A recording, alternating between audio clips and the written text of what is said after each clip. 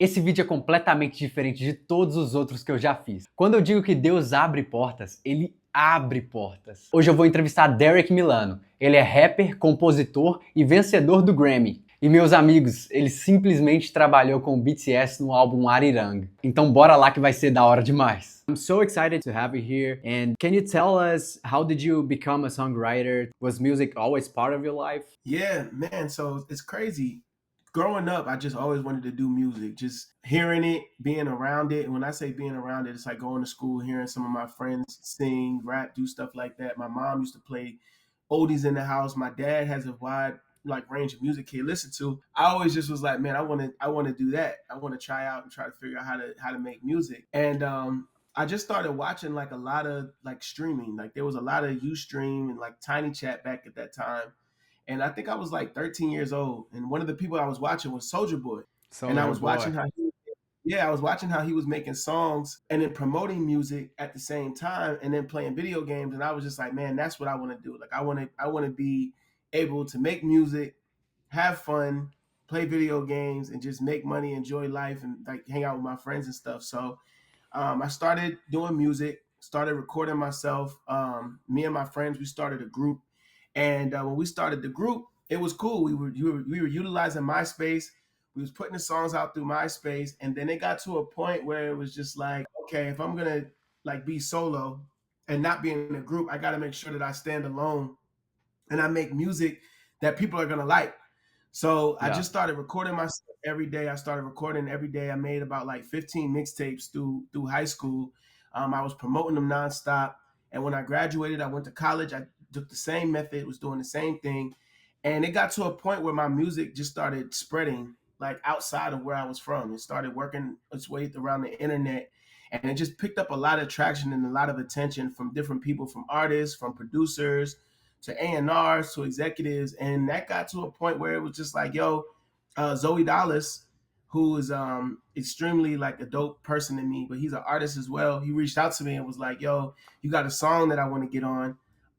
And I was just like, okay, bet. You know what I'm saying? Like, shoot, I'm hustling. Me and my manager, T at the time, was trying to figure it out.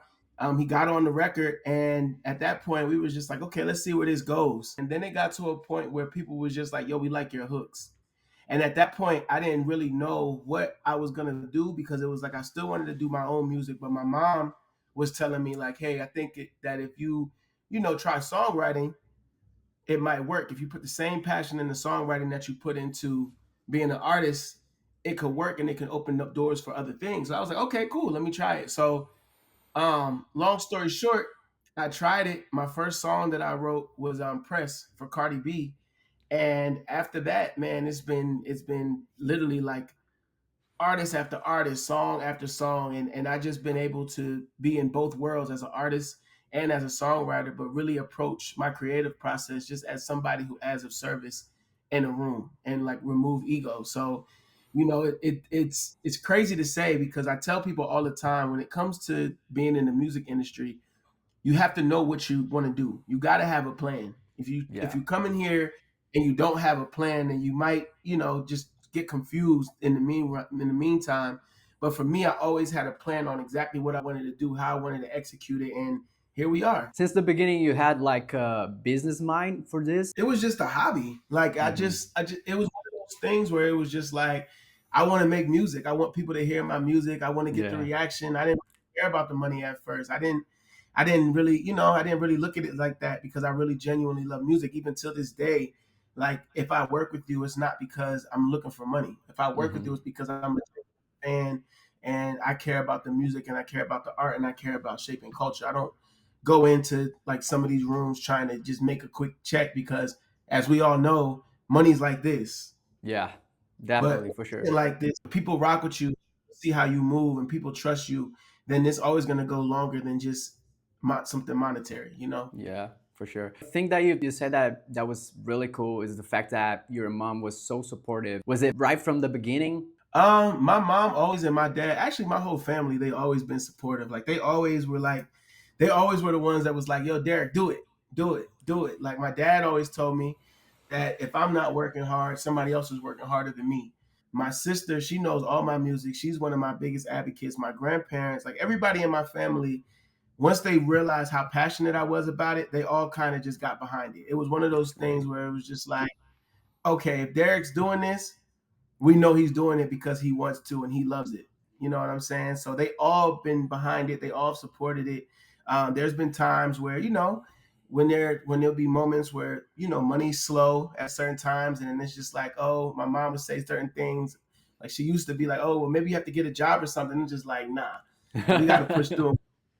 We got to push through and we got to make it work. But that's just being in the music industry. Like, I don't think anybody who's in the music industry would sit on here and always and be like everything is always peaches and cream. You know what I'm Yeah. saying? Like there's Uh-huh. so many times where it's like up and down, and you might be up one day and then it's like down like that. But I've been able to stay afloat just off of how I move, how I handle my business, my team.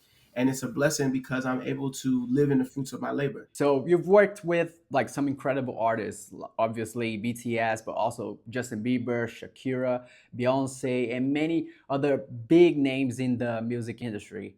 How did you get plugged into that world? I think a lot of that just came off of just me being Derek, me being an artist, me being somebody who's a risk taker, an innovator. I think what with me is how I approach my songwriting is I try to go in as an artist first. You know what I'm saying? And I try to do things that might not necessarily be what other people are doing, but it works. Hmm. And I'm such a perfectionist when it comes to my taste that if I press play on any artist or any A&R or any producer, like it got to be something crazy. Like I'm not going to just press play on something that's mediocre. Like whatever I press play on is something that I know is like, okay, this is going to blow their mind. And I think every time I've been able to work with certain artists, they always wanted something, like with Cardi and Shakira. Cardi had called me about the record that she had with Shakira. It was her and her A&R, Daryl Jones, and it was like, yo, Cardi wants you to come to New York and help her put this record together. And I was like, shoot, okay. It's no different with Nikki. When me and Nikki worked, she was like, yo, I love your melodies, I love your voice, I love your sound. I would love to work on some ideas with you. It was the same thing. Beyonce, like her team reached out and was just like, hey, we like how you say catchy things in your captions, and we like your wordplay, and we like your lingo. So every artist works with me for different reasons, but it all kind of comes back into one for me, and it just shows overall artistry, because I think Hmm. that's what it is. Me as an artist is somebody who's talented but vocal but witty, but has introspective, but very smart and clever, and has lingo and an unorthodox flow. And I think that's what a lot of artists want, because a lot of times they're getting things that sound like stuff that they would already do. So my Uh-huh. whole thing is I want to give them something that they're not used to doing, or something that they don't have. Do you go after different cultures, different type of songs? I try everything. I don't Yeah. really put a limit, put myself in the box. Like Hmm. on BTS, like I just love music, and I was just like, well, let's see. Like let's see what we can do. Let's see how it makes sense. If it works, it works. If it doesn't, no hard feelings. I'm gonna keep trying and keep pushing. But here we are. It worked. Yeah, awesome. So awesome. So, can you tell us a little bit about your creative process? How do you write music? How do you write melodies? Yeah, what's your thing? Just like this. Sometimes I have an engineer, or I have my mic set up like this, and I'll just be vibing, and I'll turn on a beat. Let me see. Not sure what this beat is, but let's see. So I hear something like this, and I'll be like, okay. How you want it sounding anything? I want it sounding run it anything. And then I'll put words depending on if I freestyle, or it just depends on the vibe for me. But usually this is like my creative process. Like this, to me, this setup right here is the same setup that I had when I did the Savage remix. It was literally in my kitchen in Koreatown in LA. I just had my mic out like this. I had my laptop, and I just was recording. And a lot of my greatest songs that I feel like, for me personally, come from that process. And it trains me when I get around other artists and be around other people, for them to see the artistry. Because at the end of the day, as a creative, you're gonna want to see how somebody creates, because it's a vulnerable thing to record music, but it's also an energy thing. Yeah. And you want to know people energy and everybody's spirits right when they're recording. So like for me, this is all I need. I don't need alcohol. I don't need any other substances. Like I just go off the energy. I go off the vibe. I go off of what God has taken me. And I just say, you know what, this is like this right here is my diary. Like this right here is who I can talk to when I don't feel like I can talk to anybody else. Like this Mm-hmm. microphone right here is like my best friend. This right here like gets all my emotions, and it's just crazy when you think about it, because it's like we're doing this, but there's nothing that's connecting the words that's coming out Uh-huh. of my mouth to the microphone. So when you know that, and then you give it to an artist, and then that artist performs it, and then now that song is all over the world. It all started with what? God. Yeah. It all Yeah. started with a melody. It all started with an idea, and it all came from here. So I love this being my process, because, like I said, it humbles me and it gets me prepared, and it's like practice. Because if you could do it at your house, you could do it on your phone, you could do it at the airport, you could do it anywhere. You know what I'm saying? Wherever. That's one of the reasons that you're getting recognized by your work, because I think when it comes from a freestyle, when you use like your knowledge to do it, and you don't have to be under an influence, and you understand that creativity comes from God, I think it's more authentic. Am I right? Yeah, you're 100% right. I was literally talking to my mom the other day, and I was like, because on a lot of the records on BTS, I wrote in melody. Mm-hmm. So what I just did now is like what I was doing for them, and we Uh-huh. would do it so many times. We spent like 2-3 hours just different melodies, chops. And I was talking to my mom, and I was like, Mom, you know, it's crazy. Even if I didn't write the words, the melody carries so much feeling and Yeah. emotion in the music. And energy. Yeah. You know what I'm saying? Like, Uh-huh. because people would like downplay sometimes like things, and you know, make it seem like, oh well, you know, the words are this, or the beat is this, and this, that, and the third. But it's like Max Martin, I don't know if you're familiar, but he is one of the greatest songwriters ever, Mm-hmm. and he wrote in melody, Mm-hmm. and people felt what his melodies were. And as I'm growing, I'm realizing, especially when you hear music, it's like, wow, that's my DNA. Yeah. Like words you can get from other places, you can look places, you can see things, but when it comes to melody, this is something that's coming from the soul. And sometimes like the melody talks even more than the lyrics, because for example, yesterday I was watching a guy playing a guitar, and it was a blues, and when I listen to blues, bro, I almost cry, sometimes like the melody gets like It struck your gets you. heart. It gets you. Yeah. Because at the end of the day, like you said, it's a feeling. Yeah. And you want that feeling when it comes to music, because at the end of the day, that's what you're listening to. That's what everybody emotions. People cry, Yeah. crash out, people get Hmm. happy, people get depressed, people decide to like they start going down memory lane. So music is a very like a spiritual thing that Hmm. people definitely need to understand and appreciate, especially to all the creatives out there, artists, producers, songwriters, engineers, like even content creators, like everybody. It doesn't matter what you do, all of this stuff comes down to energy, and your spiritual energy. You're putting messages out to the world. Yeah. You get what I'm saying? Like this is something that's being spread. It doesn't matter if it's to one person, 10 people, 50,000 people, a million people. Somebody is receiving what you're saying Yeah. For sure. For sure. and what you're doing. Yeah. And talking about that, how do you do when you are on demand? Like you have to write an album, like for example, BTS, ARIRANG. How do you do when you have to write about something that you're not feeling? An entire album, you come from an upbeat, like talking about happiness and how happy I am, to like, oh no, I'm so sad. Like, how do you do that? Even if you're not feeling it, to make it sound authentic. Really, you have to just channel different emotions in different parts of your life. Mm-hmm. When it comes to writing, and you know, I want to commend all the songwriters that worked on Arirang, because like there were so many times, like even watching the documentary that I was seeing, like one of my homegirls, A Chic, her and RM were writing together, and I can hear and see the emotion that they were having in there, going back and forth of talking about getting things through. And listening to some of these songs, I'm like, wow, some of these people pulled a lot of this inspo from what they were going through. But when you're working on an album and you're working on a project or an artist, you got to think their emotions are like this. So you have to channel your emotions, and you might have to pull something that you were dealing with maybe 2 years ago to get inspiration, or you might have to think about something that you might not want to think about. and say, you know what? I know that I get sad when I think about this person or this moment, but let me unlock this to be able to be vulnerable enough to put it into music. Or you have the turned up hype stuff where you're like, well, you know what? I'm gonna go out with my friends tonight. We're gonna have a ball. I'm gonna go here. We're gonna go travel. And then as soon as I get back home, I'm gonna go make that song because I experienced. Yeah. So I think when it comes to creating albums, you have to really put life experiences and like personal journey into the music so people can feel it. I mean, at the end of the day, too, man, it's like when you're dissecting music, you want to feel it. You don't want it to feel generic. You want to feel like, man, I was there. Like, oh, I can tell exactly what they was going through when they heard this, you know? Yeah. Do you think that, especially for the sad part, like, do you think it might be a little dangerous for you, for your health? It is. And my sister, she's a real big advocate for therapy.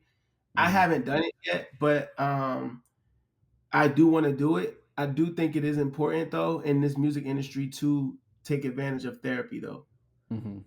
because yes, it is triggering Yeah. when you have to go back and you have to pull in the things from your past and do certain things, and then really think that somebody's going to use that for monetization. Hmm. Yeah. Somebody's That's going to make crazy. money off. Somebody's going to make money off your pain. You know what I'm saying, or your Yeah. trauma. So it is important to get that therapy, and it is important to understand what you're pulling into because at the end of the day, like I said, it's music is a vulnerable thing. So it's like what you're putting out there, it might trigger you. It's important to stay healthy and understand your process to make sure that you're not gonna like go to your past and stay there. Exactly.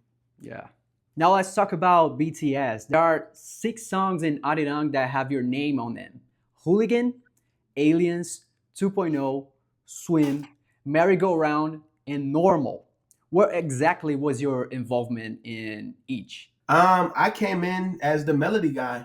You know what I'm Hmm. saying? I came in with new flows, new pockets, new direction when it came to verse melodies. I know that because BTS is very strong in hip hop, Hmm. just as much as they are in pop, that they don't want anything to feel like it's just one sound.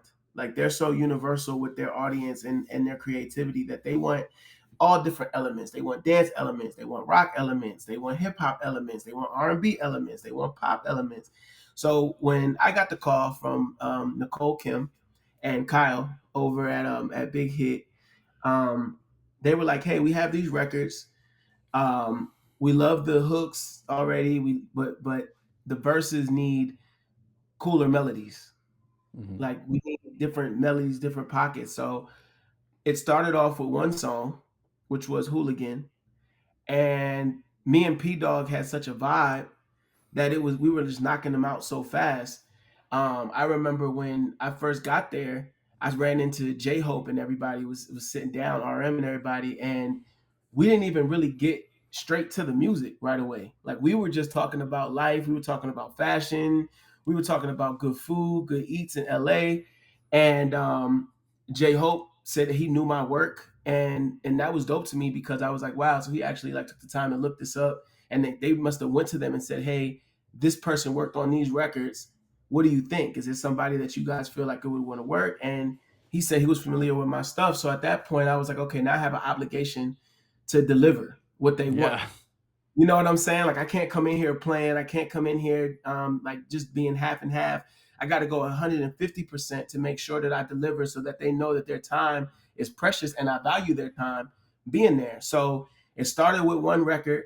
As I'm recording, I'm looking for my peripheral because I'm nervous because the mic is outside of the booth, just like this. So they're watching me. I'm watching them from my side eye, but I'm also watching P Dog too.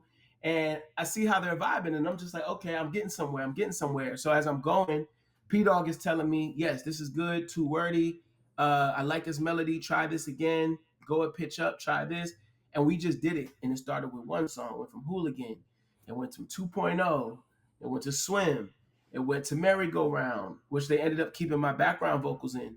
Hmm. It went to Aliens, and it just kept happening. And I was just like, yo, I'm on a roll right now. Like what I'm doing right now is adding so much value because I feel like being able to contribute to 6 songs Wow. isn't a slouch. You know what I'm saying? it's something that Derrick Milano did Yeah. that we're keeping his part on Uh-huh. 6. It wasn't just one. It's like one, okay, yeah, he might have got lucky. Two, okay, he might have got lucky again. Now it's like, nah, he got something. Because now it's like this is what he does. And then I'm starting to realize that might be my thing right now with working with a lot of artists that's in the K-pop space, in the K-pop world, because we're there are records that I'll write on if asked, but like even working with Cordis, they called me to come up with melodies on Red Red, and they the song pretty much done, and they were like, "Yo, Derrick, we don't have no verse melodies. We want something that's dope. We want something that feels fresh." And I did the same thing. So it's like, you know what? If that's what I'm doing right now, and that's what I'm good at doing right now for what they're able to see, cool. You know what I'm saying? I'm grateful. I'm extremely blessed. I'm excited to be a part of that. Working with them, did you feel a cultural shock there, like for them, like being Korean? I didn't really look at them like K-pop artists. I looked at them like superstars. All the fashion they have lingo. They're very respectful. Mm-hmm. They treat people with respect. They're poised. So for me, it was just like, yo, this is the type of people who I like thrive to be around. People who Uh-huh. move in a space of positivity and superstar. I don't want to be around people that I don't feel like there's a connection. And as soon as we got around, we started talking about Balenciaga. I had got these new shoes, and they were like, "Yo, what are those?" You know what I'm saying? And it was just like a Uh-huh. conversation. But it just went from that to eating food, to talking about how much they like LA, to talking about the beaches and everything. And I just felt like I was talking to some of my homeboys that I grew up with. You know what I'm saying? It didn't really, it wasn't a culture shock for me. It was more of a culture tie, because it was just like, yo, y'all killing it where y'all at. We killing it where we're at. And now we're putting this together for the whole world to get. That's awesome. That's so awesome. I don't know if you saw like their meetup with Speed. I show Speed. I saw that. I saw it. Yeah, I could feel that their vibe. Their vibe is so crazy. Was it kind of like that on the studio? It was exciting, but it was still look like more chill. But Speeds was so organic, because it's like he walked out and was like, "Oh shit!" Like, whoa, you know what I'm saying? It started jumping. Yeah, like I knew that I was gonna see them, but it might have been the same way if I didn't know that they were gonna be in there. You know what I'm saying? I just Uh-huh. knew that they had those rooms set up, so I was like, okay, I still got to keep my composure as a creative, and you know what I'm saying. But as a fan, of course, somebody want to be like And Speeds. he even started barking. Yeah, it was a Oh, moment. actually, J Hope started barking at him, and he started, and all of them barking around. That was crazy. Man, bro, they're good dudes, man. Can you talk a little bit about like your process with Hooligan? How did you do the melody? How did you freestyle on the studio? How did you start that? It was freestyling. They had the beat up. They played it for me. Mm-hmm. I think it was just a hook on there, and then they were like, "Yeah, like we need some parts on this part. We need some parts right here." So I told P Dog, I said, "All right, well, just load it up. Let's get to it." As soon as he loaded up, I'm listening. I'm like, "Oh, this beat is hard." I'm like, I gotta come out here and like do crazy flows, but it's like I gotta approach it like, what would Young Thug sound like? What would Travis Scott, like what would get those type of artists to say I want to work with them? And that's when I had Mm-hmm. to like channel my inner artistry, because I was just like, okay, how would Derrick approach this record? Uh-huh. Not how would BTS approach this record? And that's what I did. I went on that mic and I just freestyled different melodies, and me and P Dog, like I said, were going back and forth, picking everything. And then it was just from that point, it went from, okay, we like it. And Mm-hmm. I'm like, y'all need nothing else? Like, and he was like, no, we got exactly what we need. I was like, okay, let's, you know what I'm saying? Because I didn't really see their process on how they were like working. I think I saw like once or twice, briefly, but knowing that they took those melodies somewhere else and sat down with somebody to write the words to them, if they didn't do it themselves, to know that they had to hear my going back and forth multiple times and actually like putting the words directly on all the pockets, that's crazy. Uh-huh. Yeah, it You definitely heard, is. you heard the flows in those songs. Uh-huh. Yeah. It It's wasn't like hey, B, C, D, no, E. no, no, no, no, no. You gotta, they had to really like get in a bag to like match exactly what I did. Yeah. And It happened with Hooligan and also 2.0. 2.0, for example, it's like a very hard song. It's heavy, you know? Yeah. And actually, to be honest, 2.0 was the song that I listened it to, and I said, "Oh, I'm an army now. I'm an army Yeah. because of this song." Yeah. Facts. Because I love rap, and I think that this album could show a part of BTS that was already there, and now you explore more in ARIRANG, which is like hip hop. Yeah, man, they had some amazing like creatives in the room. Mike Will made it, Prince Charles, Stara. I know Ink was in there, Chic, myself, James Fauntleroy, Ryan Tedder, Johnny Yukon, JPEG Mafia, Diplo. It was just so many different creatives in that one world. You got to get something crazy out of here because all the worlds are different and it's like a pot and everybody's just adding to the pot. This person might add lyrics. This person might add harmonies. This person might add vocal producing and vocal coaching. This person might have good drums. This person might be crazy on the synths when it comes to making the melody.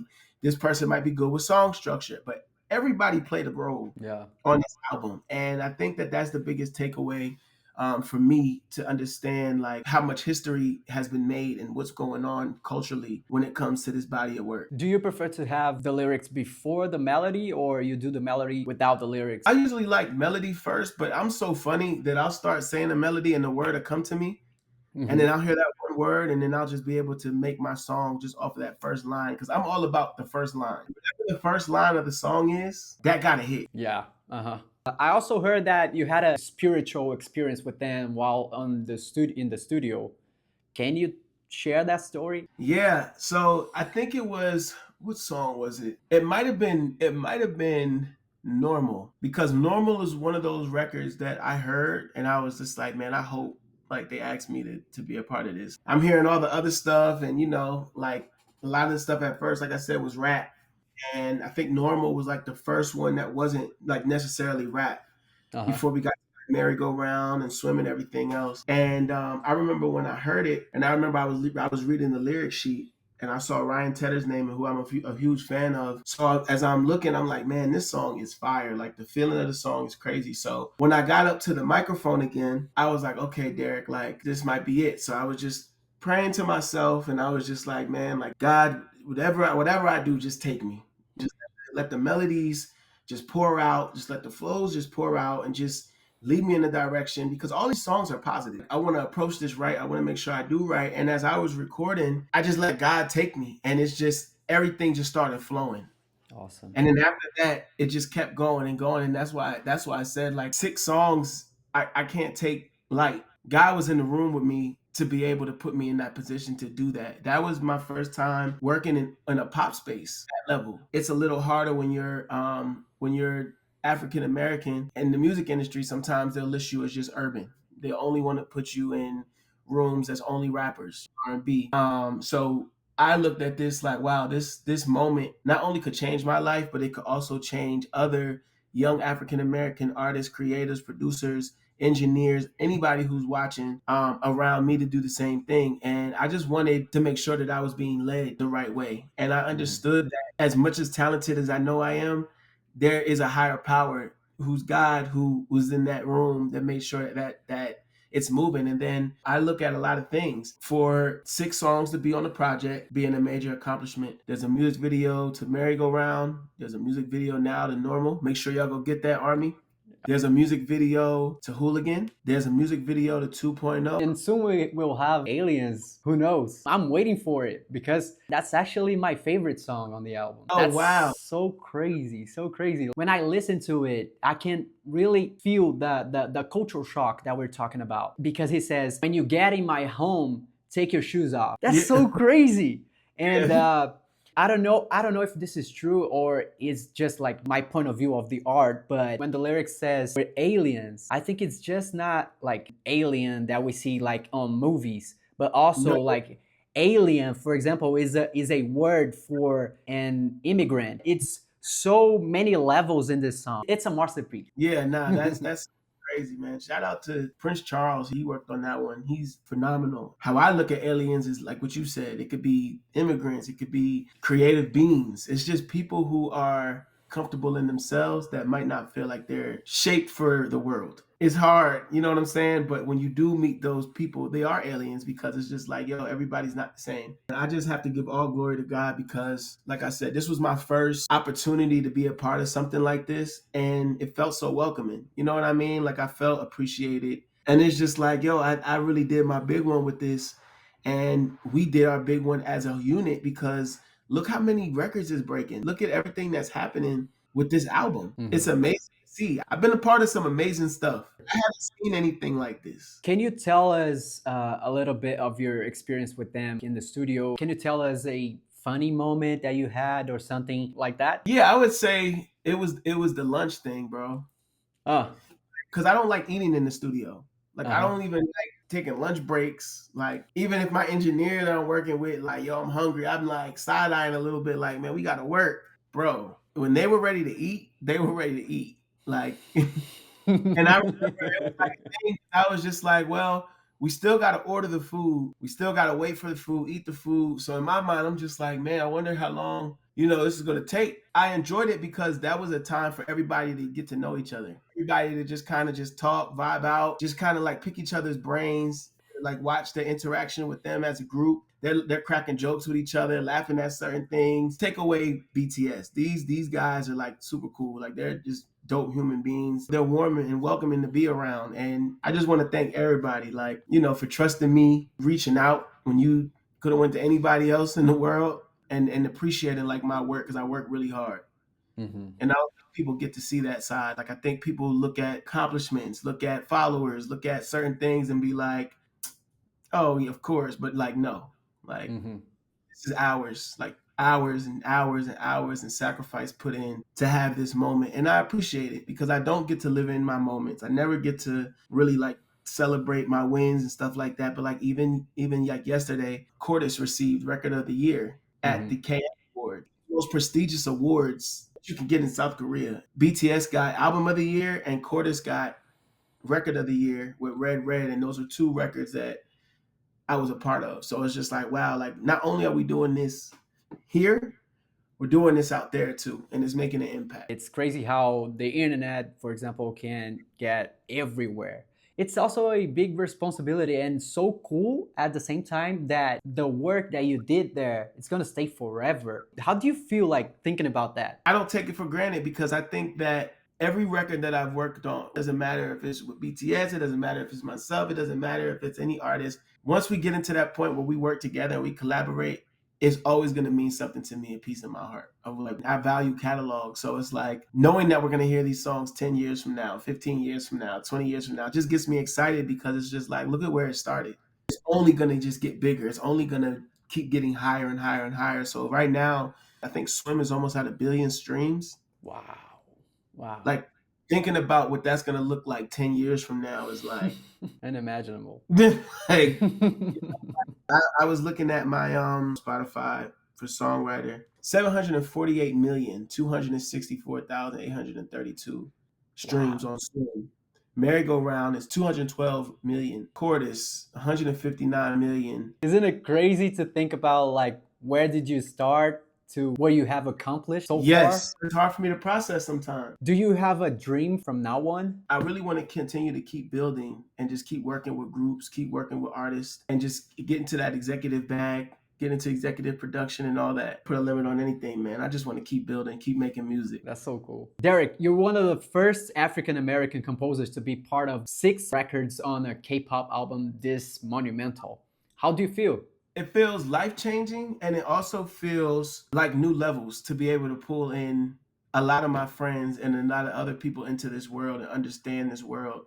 I think for me, the biggest part about being a part of this project is understanding how big and how global music really is at this level and really adapting to it. Learning like the structure of K-pop music helps music all over. So because I work with so many different artists and so many different genres, my knowledge of what I've learned on this album is showing me what I can help with artists that are smaller that can get to that same level if we just put in the same work and the same work ethic and the same quality of time, the same quality of music. And it also just shows me that anything is possible. I feel great. My journey isn't over, and I feel like this is opening up the door for me to do so much more. Knowing how hard like BTS works, I just know that they're gonna just keep pushing and keep doing things that's just gonna keep elevating this. So it feels good to know that I'm able to lead by example for who's after me. You've been talking about Cordis throughout the interview. What's your relationship with them? So Cordis, I met them when they first started. Shout out to June. She introduced me to them in LA about maybe 3 or 4 years ago. But they're an amazing group of young boys who are extremely talented. They recently just dropped a project called Green Green that's selling crazy. They have a record called Red Red that's storming that I worked on.